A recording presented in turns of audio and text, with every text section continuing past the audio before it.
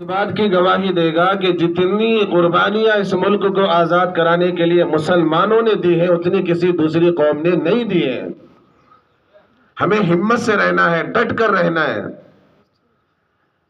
ہمیں اپنی ہمت کو چھوڑنا نہیں ہے، ڈرنا نہیں ہے۔ یہ ملک ہمارا تھا، ہمارا ہے اور ہمارا رہے گا۔ اس ملک کو آزاد کرانے کے لیے پہلے بھی ہم نے قربانیاں دی تھی، اب بھی دے رہے ہیں اور آئندہ بھی دیں گے۔ ہمارے بڑوں نے قربانیاں دی ہیں، اب ہم دے رہے ہیں طرح طرح کے ظلم سہ کر۔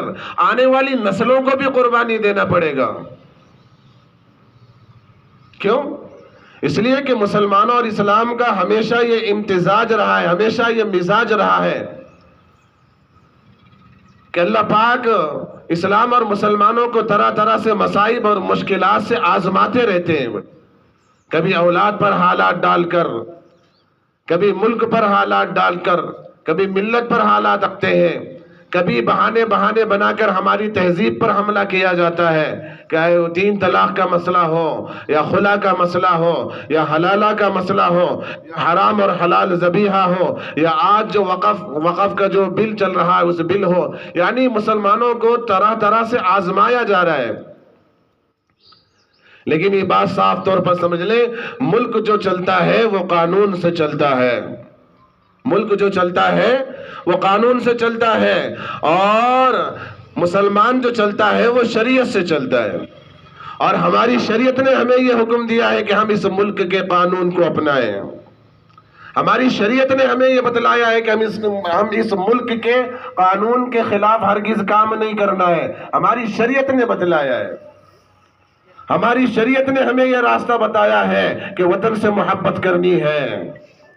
ہماری شریعت نے ہماری یہ رہبری اور رہنمائی کی ہے، وطن کے لیے جو قربانی دینی پڑی دو، ملت کے لیے جو قربانی دینی پڑی دو، ملک اور ملت کو بچانے کے لیے جو قربانی مسلمانوں نے پہلے دی تھی وہ بھی شاہد ہے، اب بھی دے رہے ہیں، یہ بھی شاہد ہے اور آئندہ بھی قربانی دیں گے۔ تاریخ اس بات کی گواہ ہے۔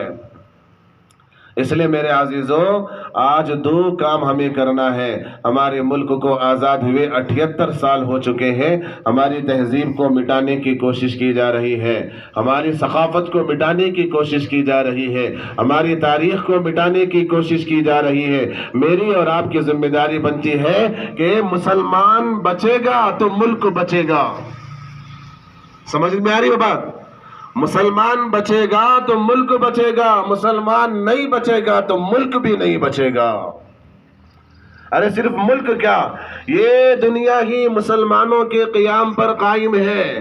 جب تک مسلمان دنیا میں ہے دنیا کی کشتی چلتی رہتی ہے، چلتی رہے گی۔ جہاں مسلمان ختم ہو گئے، ہندوستان کیا دوسرے ملک کیا، یہ دھرتی ختم ہو جائے گی۔ دنیا کا وجود ہی مسلمانوں کے وجود